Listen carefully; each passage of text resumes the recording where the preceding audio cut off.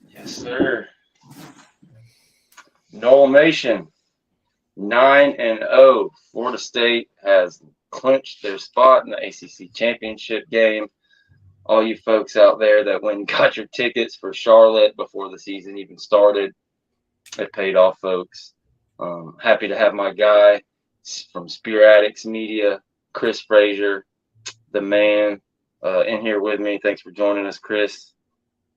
Big exhale when we finally got to go up, 17-7 there, and it was pretty much, um, just taking care of business from there on. Unfortunately, we were just talking about you don't get the 30-point streak that comes to an end, but you continue the win streak to 15, which is the important part. Clinch that ACC champion berth. How you feeling, man?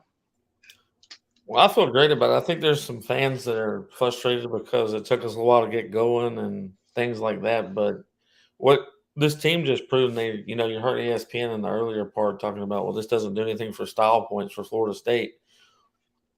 I don't think style points get any better than when you've got three of your wide receivers out, two of your top wide receivers out.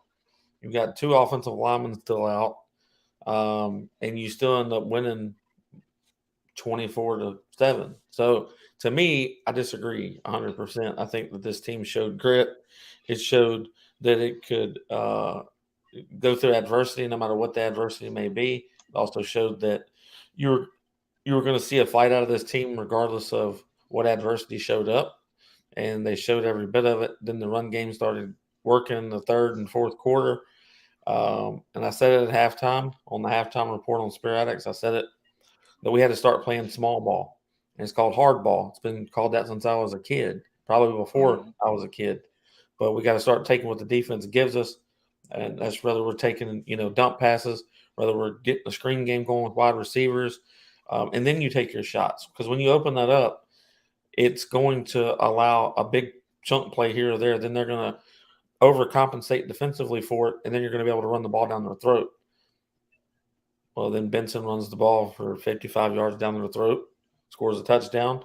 After you threw the ball twice to a wide receiver screen, you did two quick slants to wide receivers in that drive, and you also ran a short route side. So it's just what you figured. What I figured Florida State would do as far as adjustments go at halftime. And defensively, you just held a Pitt team to 7 points. No doubt. Another shutout in the second half. Another thing you said on your halftime show that you really hit it home. You had to go back to more of that 2022, 2021 style offense of Florida State. How Norvell had to scheme stuff up, take advantage of the middle of the field. We only had Cam McDonald. We didn't have the tight ends that we have, the bevy of options.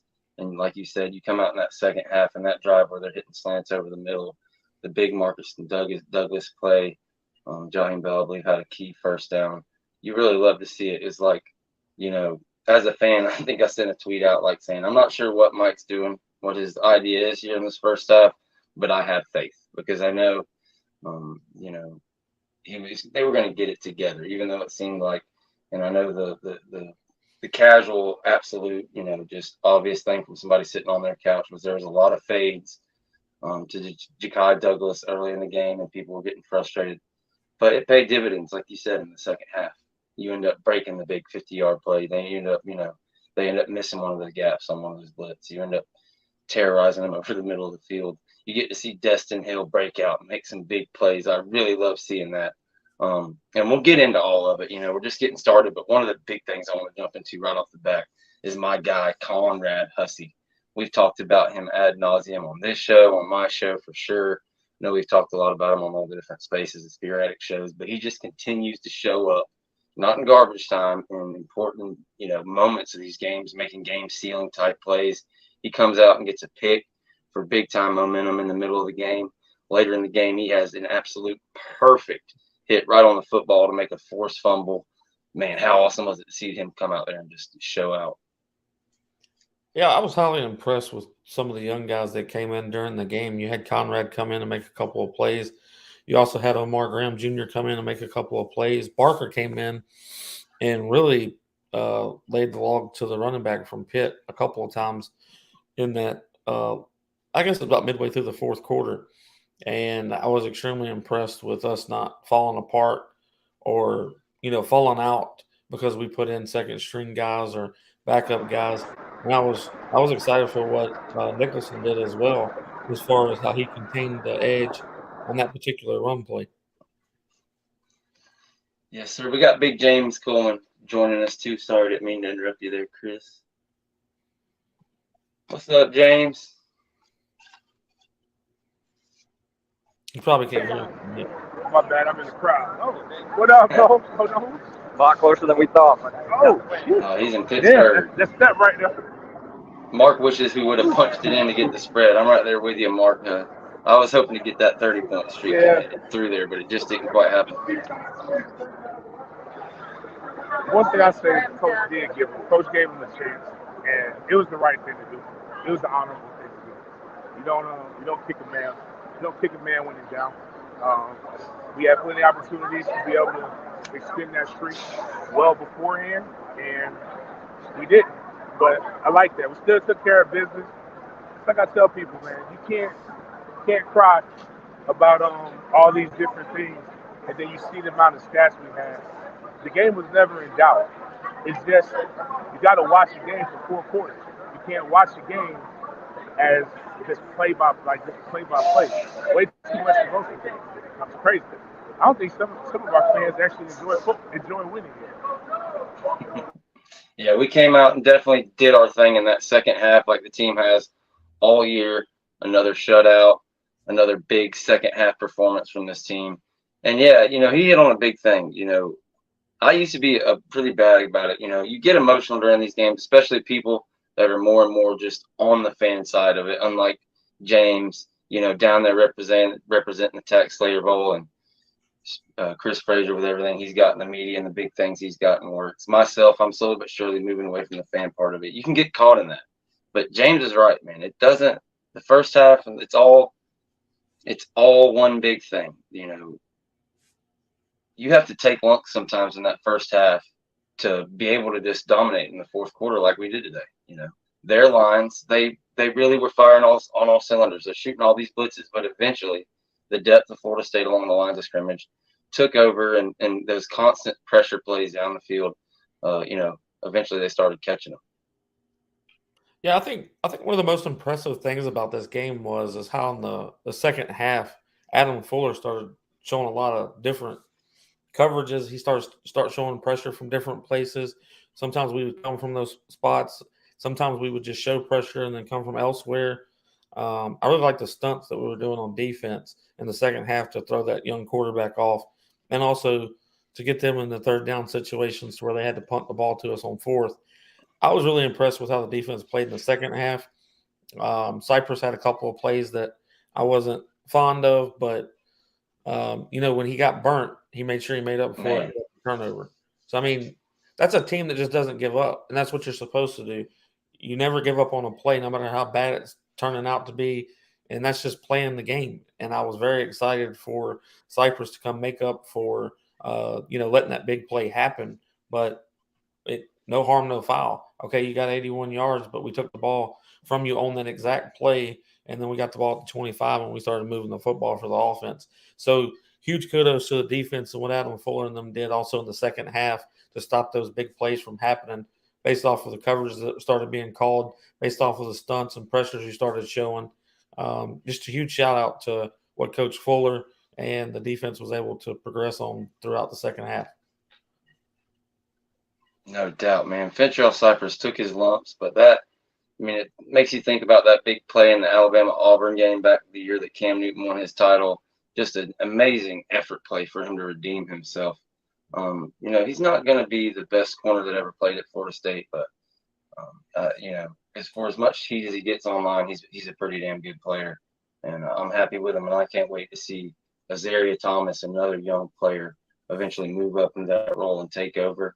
And I thought he had another strong game. I'm not sure if you guys saw exactly what happened on the play where the receiver had gotten hurt and it looked like they got tangled up and fell down. They ended up throwing a late-ass flag, basically hit Thomas with it and ended up calling a penalty on him. I didn't see anything there whatsoever. I just thought it was a great play by 20. And that was one of the plays that really irked me. throughout the game from the officiating. They called holding on the play, which I completely disagree with. The wide receiver tried to turn around and make a play on the ball, but so did Thomas at the same time. That's how tight the coverage was. And by the time both of them turned around, they bumped into each other. The receiver fell down. Thomas trying to make a play on the ball, and I think they were just giving them something, trying to keep their drive alive, I guess. There was, which it always is, there was a multitude of non-holds called. The pass interference that wasn't called for William in the Oh end my zone was goodness. absolutely pathetic. There was a lot of hands to the face from the defensive line to our offensive line that was never called. But for some reason, Pat Payton gets in trouble for putting illegal hands to the face. But the only reason the hands went to their face is because he was being held. But they don't want to call that one either. So it is what it is. And that's why Florida State has to do what they have to do, and they have to take it out of not only other teams' hands, but you have to take it out of the referees' hands. Control what you can control, execute what you're supposed to execute, do your job, and then the rest of it's going to fall in place. And the way that we do our job and execute at a high level, it becomes to the point when you score points that it's not questionable. There's no question about if we were in bounds. There's no question about if we held onto the ball. There's no question about if we got in. Those are the types of things that this team's doing that I think that a lot of people don't pay attention to in the manner of all the adversity that's going on. You're away at Pitt in a weird atmosphere. It's a goofy game. It's technically everyone's trap game is what they called it. And you had a Pitt team that, just like every team that's going to play us, they're going to give us their absolute best that they possibly can, because their whole season can be rewritten if they knock off the top 4 Florida State football team. They don't nobody worry about their 2-6 or whatever their record is if they knock off the number 4 team in the country. That's what everybody's going to be talking about for the next couple of weeks, if not a month. And if they continue to win from there, then it's like this team is completely turned around. Look at this Pitt team, or whatever his name is, has got them moving in the right direction. Right when we thought they were about out of life, they completely, ever since the Florida State win, they did this, that, and the other. And that's what it's about. That's what these types of games give the opportunity for the opponent against us. This is their opportunity to make something of their season when not necessarily there's anything there. Yeah, we got that target on our back. We're those dudes now. We're all these teams, make it or break it. They can ruin our chances and absolutely make their season. And kind of like we did in 2021, where we win 5 of our final 8 games and propel ourselves. That's what everybody else is trying to do. Everybody else is trying to come up. It's a constant battle in college football. And yeah, that's the difference from this team of the teams of recent history. And talking about the fans, and even myself included to a little bit, like, maybe my emotional level isn't, maybe my mental status isn't quite to where it is on this team. Because like you said, this team is just absolutely defatigable. I mean, they just calm, stone cold killer expressions on the sidelines, never too high, never too low. It almost gets aggravating sometimes. It's like, man, are you guys not like worried, or you're not pissed off, you're not playing well, but they just stay right there and they continue to, march down the field and do what's necessary. I mean, this game was never in fear or in question. I mean, they scored 7 points. The level of our expectations have just been risen to such a large degree, kind of like Clemson talks about, or Dabo talks about with Clemson, to a much smaller, extent. We just expect that championship level. But when you want to talk about looking around the country, when you want to talk about the Week 10 reaction part of the show, holy moly, I'm not sure exactly. I haven't seen the scores here in about 20 minutes since I started getting this thing together. But wow, we have teams going down all over the place. Florida drops one to a 2-6 ball club. That could have been us today. 5-3 Florida. Really hoping to get to bowl eligible before they have to take on Florida State, Georgia, and LSU back to back to end their season, and they drop it. Man, I didn't see the end of that. I guess they went into overtime. Florida settles for the field goal, gets the ball first, and then Arkansas goes down and gets the touchdown they need for the extra point. Walk-off victory. And all of a sudden, it looks like they may not hit your ceiling of 6 games you predicted for them that everybody said was so crazy and delusional. I mean, Graham Mertz, self-admittedly by them, has been great. One of the better quarterbacks in the country. Huge surprise. And here they sit at 5 with a chance for 6. I mean, I call that the ceiling if they were able to pull off one of LSU, Georgia, and Florida State. What about you? Oh, the biggest thing is you pay attention to where teams are. I mean, that's what Florida is. They're somewhere between a 4 and 6 win team, and it's unfortunate for that program. It's unfortunate for Florida Gator fans, but facts are facts. That team has a lot of young talent, and there'll be something that we have to worry about later on. Not this year. I don't have any expectation of them giving us too many problems, especially when we have our weapons. But any day that the Florida Gators lose, Miami Hurricanes lose, and Florida State wins, or one of those two teams lose and Florida State wins, it's a great day. So, I mean, we'll see what Miami does against NC State here shortly. They don't do too well away. Florida doesn't play well away, but they got beat at home by a 2-6 Arkansas team that their coach and Sam Pittman at Arkansas was probably on the hottest hot seat that you could be. Then you look at what our ex coach does today against Ole Miss. He gets beat in overtime as well. So Jimbo Fisher hasn't gotten Texas A&M back before Florida State got back, and that's saying something. So we went through a couple of head coaches. We went through Willie Taggart, then landed with Mike Norvell, and we're already back in the contingents of the national title. And he's been there for 6-7 years now and can't get them to 10 wins. So it just shows what this team can do, what this program means, and that the grit has never died at Florida State, that Bobby built something to last, and that you somehow pick up on that spirit if you just keep your mind open and you let Florida State kind of do part of the work, then you'll end up with a situation like we're in. Obviously, a lot of hard work from Coach Norvell and the rest of the staff, but there's something about Florida State that makes it special. And it seems like every game, no matter what adversity shows up, that magic continues to happen. It's not like we're winning games by the skin of our teeth. We're in well control of the games. It's just we don't execute every drive perfectly. And then we have that adversity. We have to overcome it. And the way we responded to the first half into the second half is exactly what you want to see from a team that is missing its major weapons. It's an away game against a hostile environment in the first half anyway, before we made them all leave. It is what it is. And Florida State, they fight adversity. They respond to the situations like no other team does. And you see it. It's a small separation between the great teams and the rest of them. You've got Florida State. That's the type of separation they make. They respond to the situations the way that they do to win football games. You've got the Georgias that respond the way that they do, like they did against Missouri. Ohio State responded against Rutgers. Everybody talks about our style points, but the number one team in the country struggles with Rutgers, and they'll never talk about that. They'll just talk about how they stepped up and overcame adversity and should stay the number one team. When it comes to us, they'll start questioning our style points. They'll start questioning how good we are and all of that. None of that matters. All Florida State has to do, continue to take it out of the committee's hands, take it out of the referee's hands, take it out of our opponent's hands, win the ball games, and everything else will be fine. Absolutely. And we did that first part, locking in for Charlotte in the ACC championship game. When you look around the ACC, a game that wasn't, had no bearing on the ACC championship, but when you talk about, the narratives and what the people are going to talk about, what the College Football Playoff Committee is going to talk about, Clemson goes and handles Notre Dame. Notre Dame makes it close, almost gets to tie it there at the end, but Clemson was in control of that game for the entire night. It was 24-9, I believe, not too long after half or going into half even. They end up winning it 34-21, I believe. And, oh, my goodness, Clemson at home, at a decent time with their stadium packed is a tough out, regardless of who they play.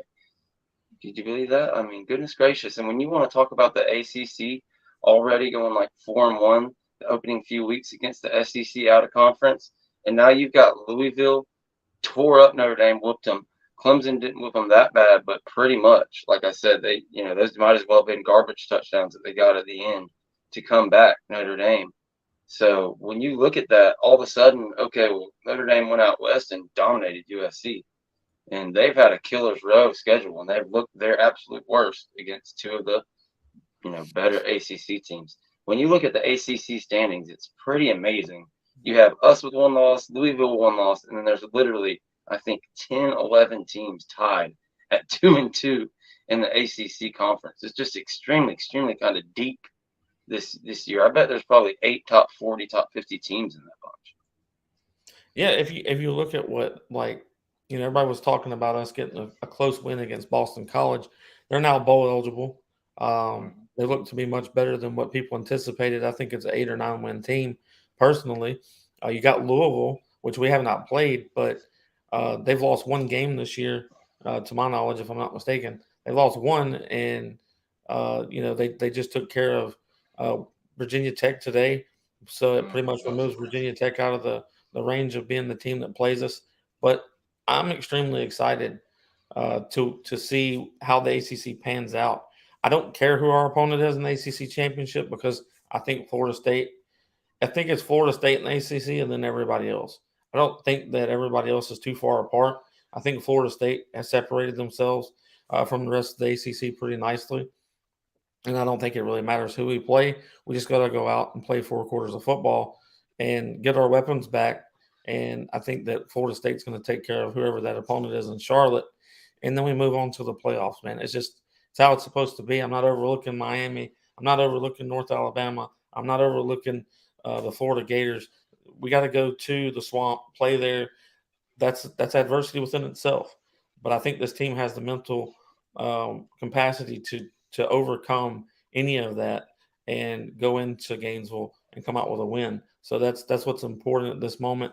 We got to, one practice, one play, one win at a time. That's how this is going to work. That's how we've done it week in and week out. We continue to do what we're doing, and the results are going to end up being the same each week as we play each one of our opponents. We're the better team. That's not within question. All we have to do is execute at the level that we're supposed to, and we'll win the football games. Yeah, man. It just goes back to what we were talking about earlier, that reflex muscle, just that absolute dog mentality, and just these guys that have been there and done it, and they're ready to go out and win a championship and just handle business. There's obviously, I agree 100%, there's a real clear line of demarcation between Florida State and kind of everybody else, and not trying to glaze over it, so we kind of touched on it earlier in the show, but like Chris said, we got to get our weapons back. I don't think people, a casual person wouldn't realize, probably most of the people that watch us, are pretty diehard and they understand it, but losing Keon Coleman and Johnny Wilson, okay, not only is that your top 2 receivers, but you're talking about your top 2 receivers who happen to play kind of like the same position. Those are both your big outside guys. Those are your guys that you need. So you saw it last week, having just Wilson out and having Keon. It was just fine because you still had Keon to play that role, take the top off, be able to catch those 50-50 balls. But not having either of them, and it really took you back to 2021 and what it was like having all those short guys out there and having to really manufacture offense. We don't get injury reports from Mike Norvell. And even if me or Chris know, we can't tell you guys if we have inside information, because it's just how Mike Norvell and them run their operation when it comes to injuries. Unless a guy is out for the entire year, and that's it, you will not know. You will not hear about a specific on an injury. Just, day to day, either that or if he's out for the year, he will get removed from the depth chart. It's in my opinion, I think that, this was just being safe with Keon Coleman and Johnny Wilson. I think there's 100% chance, or 98, whatever you want to call it, that we see him next week. What do you think, Chris? Yeah, I don't think there's any question whether Johnny and Keon's back next week. I told everyone about 2 hours before the game that Keon was going to be out for this game. So was Johnny. Johnny's out for the same reason he's been out the past few games. Keon's out mainly because of soreness in a knee. He's out because of, it's around that MCL, ACL area. So you don't want to strain that, because a strained MCL is almost as bad as tearing the damn thing. So you want that to rest, give him his opportunity to heal right. Destin Hill came in the game. What really hurt us is that Hakeem Williams is also out with a high ankle sprain. And if we would have had him in the game, it would have made up for a lot of what was wrong. The situation being is you got a bunch of guys that are, 5'11", 5'10", even one of them is 5'8", as your wide receiver core. You're going up against a Pitt team that's got some really good corners. It's not Pitt defensively that's the reason why they're not winning football games. Offensively is the reason why they can't score points and win ball games. So you obviously saw that with our defense against their offense. They couldn't muster up more than 7 points. So their season started the way that it did, and unfortunately for them, it continued to be the same problem against a really good Florida State defense, especially after we got settled in the second half. We made our adjustments, put the coverages where they were supposed to be, started showing different pressures, started pressuring a little bit more from the outside. And when you do those things, you cause young quarterbacks, young wide receivers, you start causing havoc and they make mistakes. That's why you had a couple of the interception situations. You also had a couple of fumbles. So, I mean, it is what it is, and it's a better team. I mean, Florida State is the better team, and that's why they came out with a win. You look forward to getting healthy this week. You've got Miami next week. Y'all look forward to the shows that are coming up because this is where I have my most fun. My most fun at Coach Coop from the Miami show. Well, he does a Miami show called Coach Coop. He will be on Spear Addicts probably Monday or Thursday night, depending. And then I will end up being on his show one of the nights next week. So make sure y'all check that out on Spear Addicts. We're still trying to get some other things done to make another show that work out the way that I want it to, but I'm just happy. 15 consecutive wins. 15 Man, it's consecutive. been a long time. Haven't lost. We don't know what losing feels like anymore. And I think that people need to realize that this team knows how to win. They've learned how to win, and they're continuing to put wins together, knocking those up into the win column. And it's causing us to probably get a little bit pacified with 30 points or more scored. And I think that Mike Norvell did the more than honorable thing. It's complete respect not to run the score up against an opponent that played you as hard as Pitt did on defense. It's respect, and I think that it was absolutely the right call not to run the score up. I know that people wanted it for selfish reasons, and we wanted to keep 15 consecutive as far as scoring over 30 points. I get it, but we had the opportunity to do that earlier in the game, and we didn't execute. So those are the things we got to go work on this week, get better, and watch us go and do exactly what I think people anticipate us to do against Miami. And no, I do not believe that we're going to have Keon Coleman or Johnny Wilson out against Miami. I think they're going to play. I think they're going to show out. And I just tell people to watch out for Keziah Holmes in that game because I think we're going to start utilizing him more as we start this last 3-game sled. Yeah, I absolutely love Keziah Holmes. I cannot wait to see him get more and more carries. That one big carry he had for about 15, 20 yards was a thing of beauty. That cut him in the backfield. Also, like Chris said, next week is Miami. This guy's, if you can get to the game, the atmosphere at Doak Campbell, this is going to be probably the biggest atmosphere we've had there. You know, we say it every time, going back to 2014, 2013 era when we were just absolutely dominating and selling out every week. This thing is going to be absolutely rocking. Chris Frazier, Spear Addicts Media, Big Game James, Den Media Group, CJ Wilson of Doak Talk. Of course, you're going to have the tailgate at Lot 19. I'll let Chris plug it for sure here in a minute. He'll be able to give you the exact links to Ticket Taylor stuff and all that. We'll maybe get it down in the comments for you guys. You do not want to miss that. You know, you never know who you're going to see. Alumni, current softball players and stuff come through there. If you haven't got tickets to the Miami game, you guys check out ticketsmarter.com. Promo code BIG and promo code BIG20. If you spend $100 or more, you can use promo code BIG for $10 off of your tickets.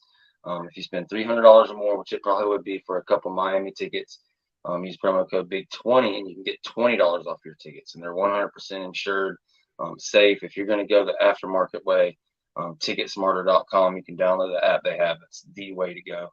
And they've been great to us this year, helping sponsor the show. So again, yeah, Chris, thanks for joining us. Is there anything you want to let the people know about the tailgate where they can go get their tickets and stuff? Yeah, if you just go check out the YouTube channel at Spear Addicts, the link's up there, or you can go look at my page, my profile on X or YouTube, and you'll see the tailgate link for the Miami Florida State game. Click right there, get your tickets, and We'll see y'all at the tailgate. There'll be plenty of former athletes, current athletes. Recruits will be there like nobody's business because of how many's coming. Cam Davis hasn't missed one yet that he's came to. Neither has Luke Hawk or really any of them. I don't know if any of them's missed one of our tailgates. So if you want to meet any of those young people, make sure that you go get tailgate tickets, and we'll see y'all there. Appreciate y'all coming and checking out the post-game show here at the Voice of College Football. I'm glad that I was able to join, and hope to see y'all at the Miami game. Yes, sir. Every time I've been, I know P-Dubs came through. We've seen Snoop Minnis in the house. Got to meet Carlos Williams and Kenny at the spring game. It's really an awesome family atmosphere, party atmosphere, everything you want. You can't beat it. And talking about recruiting, I saw a story, heard a couple of hints about Nazir Johnson maybe finally going to make it to town. I think the last time he was supposed to visit, he ended up bailing on us. I don't want to get my hopes up there. I've kind of, we want to get these defensive linemen. We just got Armando Blunt. That was a huge, huge get. Artavius is another one from Miami that I've been wanting to flip. But really, either or, I'd take Artavius or Nazir. You think that's getting serious, or anything to really look for there with Nazir? Or do you think it's just your everyday guess?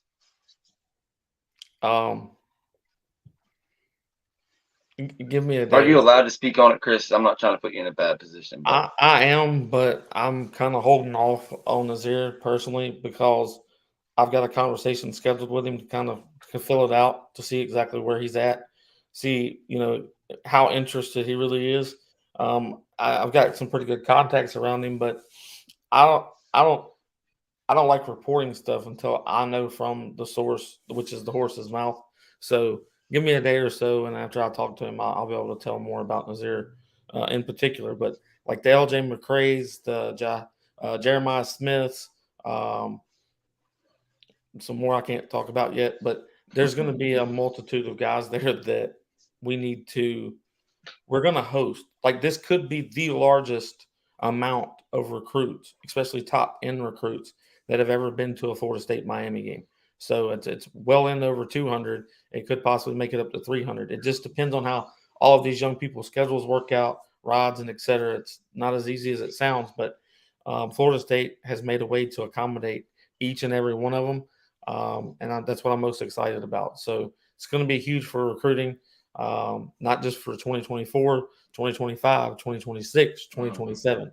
We've got a multitude of top 10 quarterbacks that are coming from 2026, 2027. We've also got a lot of corners that would be the top end guys. You got like Dexter Carter coming. You've also got Jamie French coming to the Florida State Miami game, who right now is a verbal commit to Alabama, but we're on the verge of flipping that young man. And we're doing a very good job of it. It helps that we've got Tremel Jones verbally committed, which is his quarterback in high school.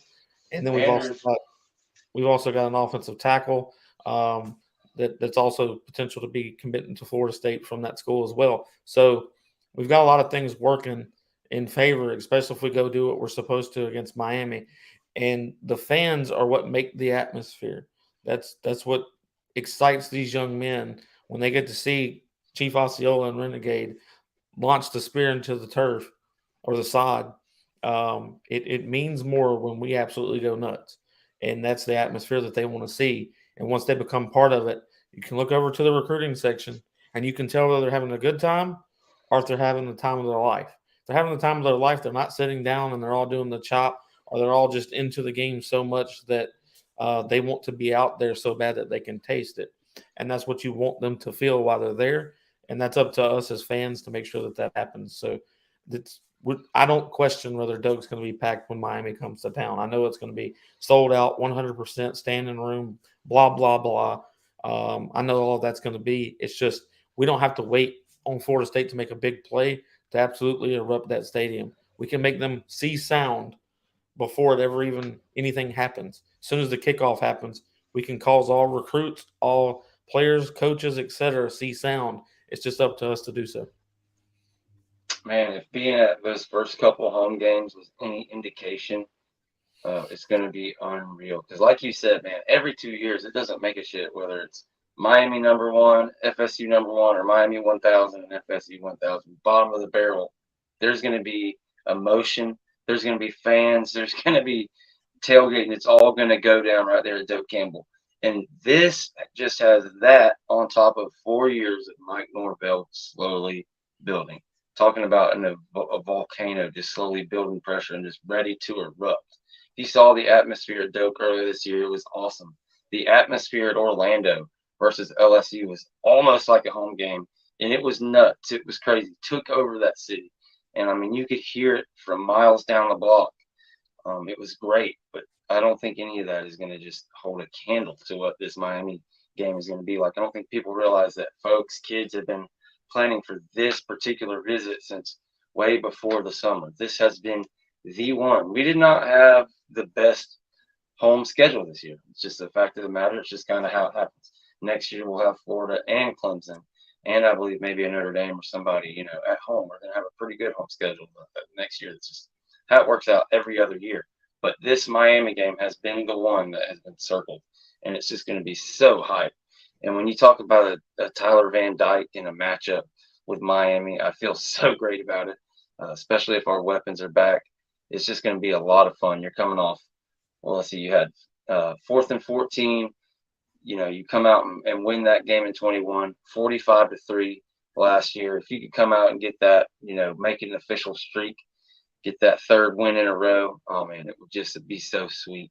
And to do it in front of 200-plus recruits, like you said, a record, more recruits than have been in the Florida State-Miami game ever, is phenomenal when you think about those matchups in the late 90s, early 90s, early 2000s. I mean, you're talking about some unreal games that have been played over the years. And I don't want this to be one of those classic ones. I want this to be just, one of those classic ass whoopings. But that first half is just going to be an unreal atmosphere. Good luck, like you said, if you're a Miami player, being able to get your snap count right. Yep. And y'all make sure that y'all tune in tomorrow at Spirit Addicts for the 4 o'clock call-in show. And we'll talk about every bit of this and then some. So y'all make sure that y'all show up tomorrow at 4 p.m. Eastern time, and that will be the call-in show. And I appreciate y'all for showing up to this one and listening to all the updates. It is true right now. LSU is up on Alabama 7-0. Oklahoma lost today to Oklahoma State. Miami and NC State are just now getting kicked off. So hope y'all enjoy the rest of your college football tonight. I will see y'all later. Go Noles. Yes, sir. Thanks for joining us, Chris. All right, guys. If this is a part of this program, the last 20 minutes, we'd like to get any questions you guys have. If you have any questions about Florida State Seminoles, whether it be recruiting, the game, the ticketsmarter.com, at the Renegade Report, make sure you go over there and jump over there and follow my channel at the Renegade Report right here at YouTube.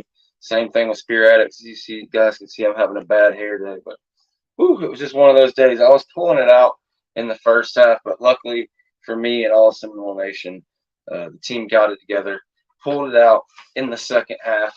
Again, if you guys have any questions or comments, throw it up on YouTube in the comment section. We'll throw it up on the marquee, and we'll talk to you. Man, that's crazy. Oklahoma goes down. Just a couple of weeks ago, everybody was talking about, Oklahoma, this and that. They should have a chance to be up there with Florida State. They beat Texas.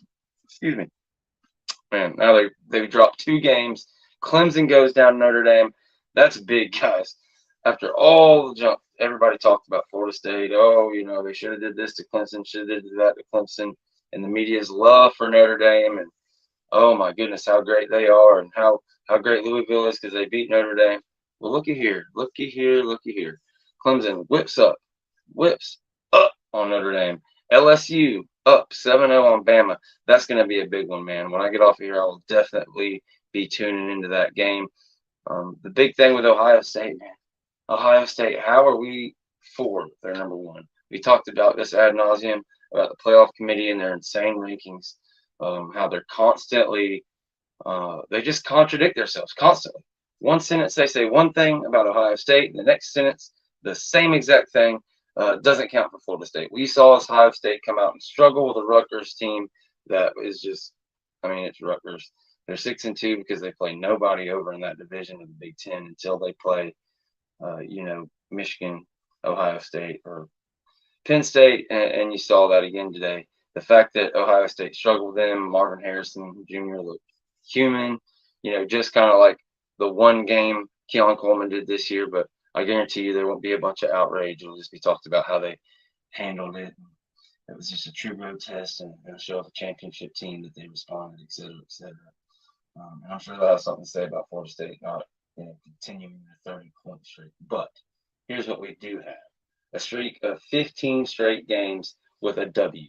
A W. 15 straight wins for Florida State. Also, I saw something that David Hill posted.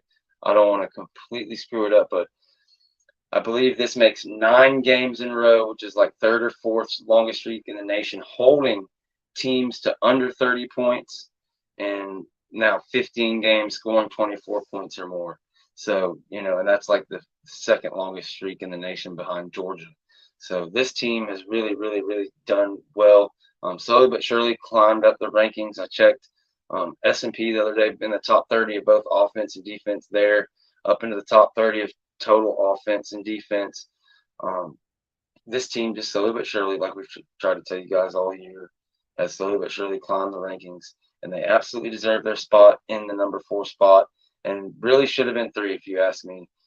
Should have been ahead of Ohio State and Georgia, period. Or if you're going to go off, not Ohio State and Georgia and Michigan, if Ohio State was going to be 1.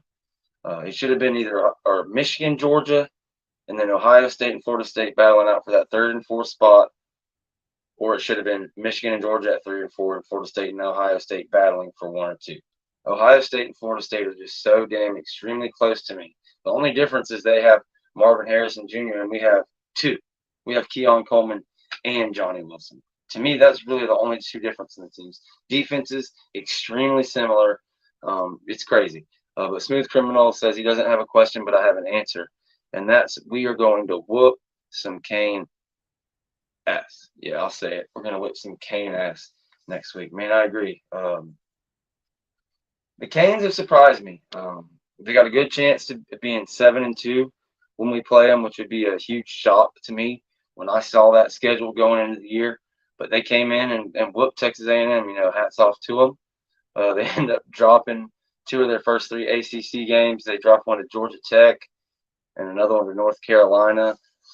Georgia Tech was a heartbreaker. The guy just pretty much gave Georgia Tech the game, decides not to take a knee. And then really that North Carolina team, the more weeks we go into the season and we see how they are, how bad that South Carolina team they beat week 1 was, you're just not that impressed with North Carolina. So the fact they were able to handle Miami says something. But at the same time, it's a rival game, guys. It is a rival game. So Miami's going to be up. They're not going to lay down. And maybe the difference is Pitt lasted 2 quarters, a quarter and a half, 2 quarters before they started wearing down and Florida State started taking it over. Miami, maybe they can hold that down for 3 quarters because they do have legitimate, first run. Their first run of their offensive line, their first run of their defensive line. These are legitimate all ACC, NFL type, futures for these guys, be it true freshmen or sophomores, et cetera. Some of the guys being super young. They do have talent, but if Florida State returns Keon Coleman and Johnny Wilson, it's 14 to 21 points guaranteed. I'm not going to make my prediction here for Florida State Miami right now. Got some big plans for this week, all kinds of fun content between the Voice of College Football right here. Of course, check out Spear Addicts Media at Spear Addicts right here on YouTube as well. The Voice of College Football live Wednesday every week. We'll have me, Big Game James Coleman, and Chris Frazier of Spear Addicts again every Wednesday, 6 p.m. Eastern, right here on the Voice of College Football. And again, like I said, I have some big plans. I'm hoping to get a Miami person on the Renegade Rundown show. Probably maybe either Monday or Tuesday this week, maybe a little bit later, but we will let you guys know. And of course, we'll be here next week for the Miami postgame show. As always, hopefully from the tailgate like we did for the LSU game to start the year. Hopefully I can get on ticketsmarter.com here in the next 2 days, get my Miami ticket squared away. It's just me heading there by myself, so it's really convenient for me to get on ticketsmarter.com. I'll probably end up getting a Champions Club ticket, and it'll probably get me into that $300 club, and I'll probably end up being able to save $20 on my order, which is awesome, man. $20 on $300 doesn't sound like a lot, but it's close to 10%. And yeah, I will definitely take that. All right, you guys see here. Smooth Criminal says earlier this week on ACC PM, they said FSU's last 2 games, they only allowed 14 completions. Ooh, that is an interesting stat. I wouldn't doubt it. The guy today, I believe, at one point was at 7 of 17. I don't know. They said the guy's name. I'm not even going to try to pronounce it, but it looked like Valu or something like that, Villiue. And they were pronouncing it like Valar or Molar. I don't know what was going on, if that was a nickname, but the guy's name is Christian, so we'll call the quarterback Christian. I don't think he had 10 completions on the game himself, so that does not doubt me at all. When you look at the stats for our secondary, it's crazy. We're number 2, number 3, number 2, number 3 in all kinds of different categories. We had only given up 3 touchdowns in the air here a week or 2 ago. I'm trying to remember what their touchdown was. I believe their touchdown was, in fact, a pass. So we've given up like 4 touchdowns throughout the air the entire year. Bernardo Green gives up, I believe, his first touchdown of the year, now that I remember back. Fintrell Cypress and Bernardo Green kind of both had tough first halves. But like me and Chris talked about earlier, the muscle, the reaction, this team just responds. It never gets too high, never gets too low. And even though Cypress and Bernardo Green didn't have the absolute, best games of their career, they did it against Pitt in a tough game away from home. And guess what? Azaria Thomas stepped up. Guess what? And I'm going to brag on my guy some more. Conrad Hussey. The dude is an absolute freak. An absolute freak. Okay, if you followed this channel and the weekly shows on Wednesday, 6 p.m. Eastern, the FSU Voice of College live stream, you heard us talking about it. I said over and over again that this guy was going to be the most impactful freshman out of that 2023 recruiting class. And boy, has he ever. He has been absolutely amazing. The dude comes out, like these plays that he makes, these are plays that, some guys you may get once or twice a year. Super just impact flash plays. That forced fumble he had was an absolute textbook, beautiful hit. He had his head up, no chance of targeting, just a beautiful, absolute, amazing hit. And then, of course, he gets another interception. Oh, man. If Conrad Hussey had not slipped on that interception,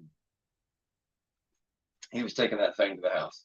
He was taking it to the house. And let me tell you something. Conrad Hussey, Azaria Thomas, the future is extremely, extremely bright in this secondary. Shaheem Brown didn't have like as many great, just huge plays that flashed, but he would still have another great game. These linebackers, can you believe the linebacker play Florida State has between Tatum Bethune, Kalen DeLoach? Unreal. DJ Lundy, I cannot believe this. How far DJ Lundy came. I thought he kind of like was who he was. He's one of those guys who has just continued to improve. And that seems like a common thread with these Mike Norvell players. I'm not going to tell you, I'm not going to bring it up too long, but the timeline. The other guys that like to wear orange and green and blue and all that stuff, there's this narrative that they put out there that Florida State, Mike Norvell don't develop players. They just get Band-Aids out of Florida. Okay. I think Mike Norvell might. I've been on the record saying I think he's the best talent evaluator in the sport, and eventually he's going to take it over like as just being that dude. He's that GM, that guy that's spotting talent before anybody else does. I don't think anybody else does it better than him. And when it comes to developing, he might just be that dude too, because we haven't had it. You've heard everybody tell us how untalented we are, how we don't have enough high school talent. We don't have the young guys. We don't develop. But from what I see, what he's done with lesser quote-unquote recruit groups, like a guy named Shaheem Brown who was like 991 in the class when he came out, what he's getting from him, a guy like Conrad Hussey who was still like a top 150 recruit, but he wasn't some crazy 5-star top 10 player, and he's playing as good as any freshman safety in the nation. He is an absolute freak. But anyways, guys, thank you so much for joining me. I think my battery is literally about to die here on my light. But man, what an amazing week. Thank you guys for joining us again. Let's see here, we got one more thing coming up. Guessing if Miami wins tonight, next Saturday might be the night game. Yeah, that's what we're hoping for. Everybody just say your prayers. We're not going to pull for Miami to win, but we are pulling for that night game. We need the night game at Doak Campbell, and I think it's a 99.9999% chance that we do get that night game at very worst at 3:30. But pray for that night game, and catch us. Make sure you're going to want to catch that post game because there's no telling who might chop in for that thing. It's going to be amazing. It's going to be a ton of fun. Like I said, that big tailgate at Lot 19. Make sure you go check that out. Make sure you hit up ticketsmarter.com for your ticket needs. So if you have not got your Miami tickets, ticketsmarter.com. You can also download the app, and it's big, promo code BIG, B-I-G, to get $10 off your order of $100 or more, and promo code BIG, B-I-G 20, BIG 20, for $20 off your order of $300 or more. So get your tickets and everything there. Again, thank you everybody for joining. Go Noles, to heck with everything orange, and we'll see you guys Wednesday. And then, of course, make sure y'all join us next week for the post game live right here with the voice of college football. Go Noles.